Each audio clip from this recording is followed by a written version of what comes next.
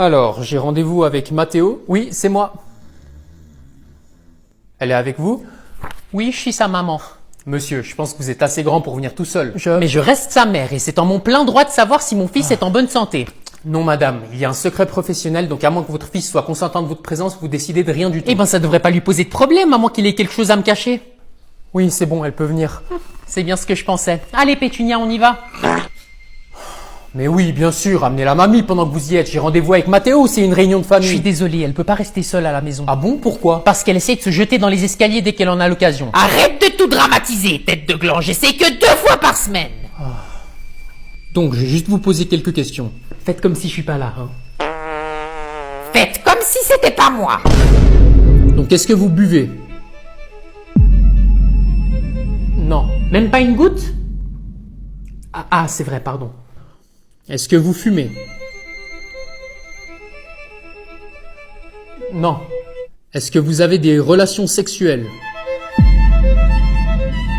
3 fois par semaine. Crotte, c'était pas pour moi.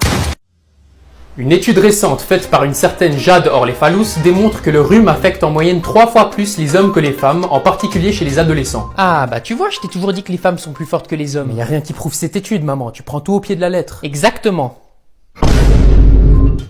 Nous allons à présent donner la parole à Jade Orléfalous qui a pris une approche un peu spéciale pour prouver cette théorie. La réponse se trouve dans la consommation des mouchoirs. On a pris 10 000 personnes sur une période de 1 année, la moitié étant des femmes, l'autre étant des hommes, et statistiquement, les garçons entre 15 et 25 ans achètent 3 fois plus de mouchoirs que tout le reste. On a donc décidé d'étudier la vente des mouchoirs sur une période d'1 année, parce qu'avec un mouchoir, on se mouche, et quand est-ce qu'on se mouche? Quand on a un rhume. Merci pour votre analyse, Jade Orléfalous. Et ben tu vois, c'est une super idée ça. Enfin des femmes qui innovent un peu dans le monde scientifique. Ouais. Malgré les recherches minutieuses, certains de nos téléspectateurs ne sont pas convaincus de cette étude, donc on a décidé d'envoyer une équipe sur le terrain pour observer ce phénomène de plus près. Excusez-moi, on a vu que vous avez acheté des mouchoirs. Est-ce que vous pouvez nous montrer ce que vous avez acheté avec? Ouais, j'ai acheté des chips parce que j'ai faim. J'ai aussi acheté 2 éponges parce que ma mère elle m'a demandé. Et j'ai aussi acheté des ballons parce que c'est bientôt l'anniversaire de ma petite sœur. Je crois que vous avez oublié la crème pour les mains. Ah ouais, merci, j'ai failli oublier. Voilà, tu les as tes preuves. Tu vois que les femmes sont plus résistantes. Ah ouais, j'avoue que là... Eh ben je dois vous avouer que moi-même j'en suis convaincu. Remercions tous madame Jade Orléfalous pour cette découverte révolutionnaire. Bon, maintenant que j'y pense, il y a quand même des moyens plus simples pour prouver tout ça. Hein. Ah bon, comment ça? Bah chaque semaine quand je vide ta corbeille à papier, c'est rempli de mouchoirs et ils sont tous couverts de morve. Ouais, j'avoue que j'y avais pas pensé. Oh, mon pauvre, tu dois souvent être enrhumé, je retrouve même de la morve dans ton lit.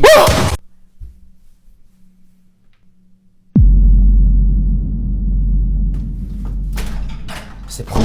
C'est bien, tu peux le vider maintenant. Tu peux pas demander à Léa, c'est toujours moi. Non mais je t'ai rien demandé, je suis en train de travailler en fait. Mathéo a raison, c'est à Léa de le faire. Et pourquoi ce serait à moi de le faire? Je suis en train de faire mes devoirs en fait. Parce que ce serait plus approprié pour toi de travailler dans la cuisine.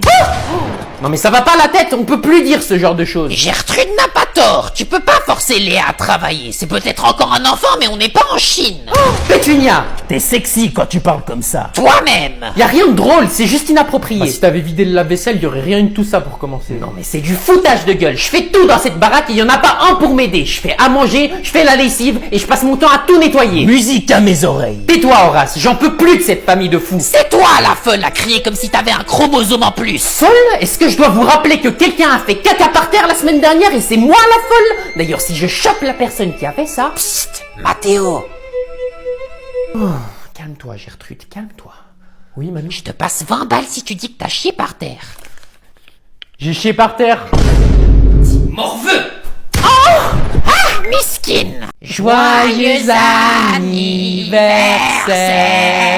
Merci. Tiens, ton premier cadeau. Dépêche-toi par contre, j'ai pas toute la journée. Une lettre, il y a sûrement de l'argent dedans. C'est de qui? De moi. Oh, bingo.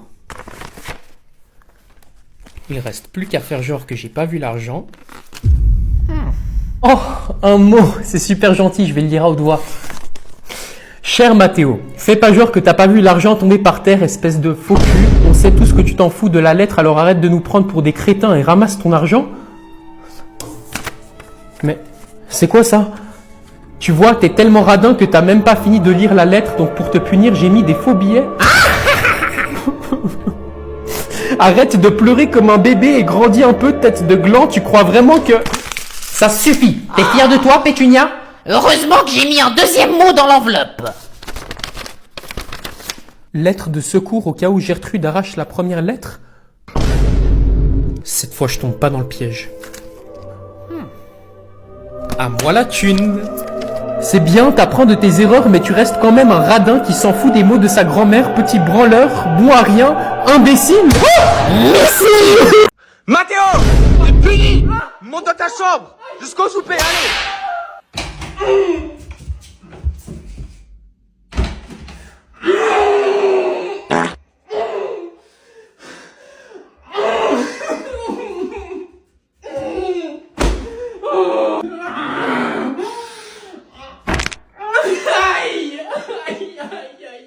Je vais fuguer. Je vais fuguer. Ils vont regretter quand je serai parti. Regretter. Mathéo, on va manger. Hein? Quoi? C'est quoi cette valise? C'est rien, j'y ai. Et j'ai pas faim, je vais pas venir manger. Je refuse de manger. Comme ça, je vais mourir.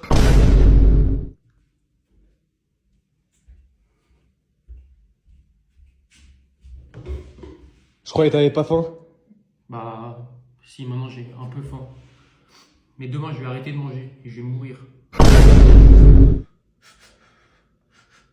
Ah, mais je comprends pas, putain. Elle t'a laissé en remis? Ouais, comment tu sais? C'est simple, tu regardes ton tel toutes les 2 secondes et tu t'énerves comme un gamin de 5 ans. Ah bon? Ça fait combien de temps? De quoi? Qu'elle t'a pas répondu. Ça fait 7 heures déjà. Ok, l'heure est grave. Ça veut rien dire, si ça se trouve, elle fait une sieste. Tu crois vraiment qu'une meuf va se séparer de son tel plus de 10 minutes? Bah ouais, je sais pas moi. Non, tu cherches des excuses et elle essaie de rentrer dans ta tête, t'es en train de lui courir après. Mais je lui cours pas après, moi. Laisse-moi deviner, t'engages toutes les conversations et elle te répond juste assez pour te faire croire que t'as une chance et pendant ce temps, toi tu la bombardes de compliments dans l'espoir qu'elle craquera pour toi? C'est exactement ça. Et ben t'es en train de lui courir après, comme un petit chien, et c'est pas cool d'être le petit chien de quelqu'un d'autre, n'est-ce pas? C'est nul. Et ben on va changer ça, et pour commencer tu vas arrêter d'engager les conversations. Non, c'est mort, on va plus se parler si je fais ça. T'es faible d'esprit, arrête de vivre dans la peur. Peut-être qu'au début vous allez plus vous parler, mais je te garantis qu'au bout de quelques jours elle va se rendre compte de ton absence, qu'elle le veuille ou pas, et elle va se poser des questions. Des questions comme quoi? Qu'est-ce qui a changé? Pourquoi il m'écrit plus? Est-ce que j'ai perdu mon charme? Et tu sais ce qui va se passer ensuite? Non. C'est elle qui va venir à toi, elle va engager les conversations, elle va essayer d'attirer ton attention, peut-être même qu'elle va te complimenter. Et tout ça dans le but de récupérer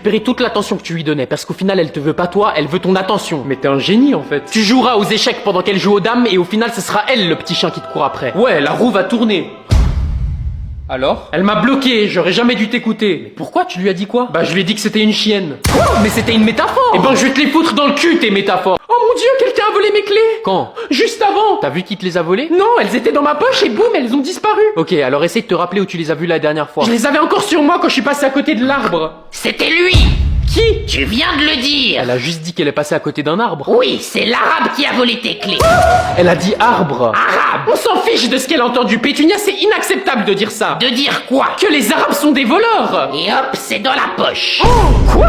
Oh ben, Supprime tout de suite cette vidéo. j'ai des demandes! Tu me fais du chantage? J'aimerais un nouveau bikini! Et moi, j'aimerais un nouveau PC. Non mais c'est du foutage de gueule, je viens de me faire voler mes clés. Tu parles de ces clés? Comment t'as... C'était un piège! Quoi? J'ai remarqué qu'à chaque fois que tu sors de la maison, tu ranges tes clés dans ta poche au moment où tu passes à côté de l'arbre. Alors on a élaboré un plan pour te voler tes clés juste après! Mais c'est impossible. Si, et quand tu t'es rendu compte, t'es vite rentré pour nous prévenir. Et c'est là que le plan est rentré en action! Je t'ai demandé où tu les avais vus pour la dernière fois parce que je savais que c'était en passant à côté de l'arbre. Et j'ai joué sur le fait que j'entends pas bien pour te faire croire que j'ai entendu arabe à la place d'arbre! Et il ne restait plus qu'à te faire répéter les mots de Pétunia pour te prendre en vidéo. Et hop, le tour est joué! Non! Si, donc soit tu nous payes, soit on te fait passer pour une raciste.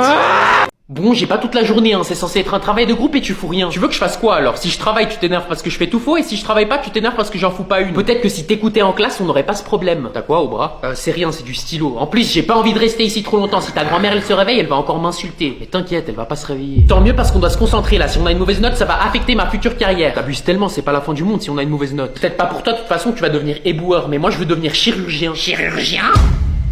Oh non! C'est un très bon choix! Ah, bah tu vois, même ta grand-mère est d'accord avec moi. Les chirurgiens doivent porter des masques à longueur de journée, donc ta tête de bite devrait pas poser de problème. Et ben j'espère pour toi que tu meurs avant que je devienne chirurgien, parce que si je dois t'opérer un jour, tu peux être sûr qu'il va y avoir un accident. Le seul accident ici, c'est toi! Tu crois que je suis pas au courant que tes parents voulaient pas avoir d'enfants? Oh, comment tu sais? Parce que tu viens de me le dire! Et j'espère pour toi que tu puisses m'opérer un jour, parce qu'au moins t'auras autre chose à entailler que tes avant-bras! Je suis vraiment la Sigma que je pense être. Mamie, j'avais besoin de lui pour le travail de groupe. Arrête de dépendre des autres pour avoir des bonnes notes ou tu vas vraiment devenir éboueur, bande de moules.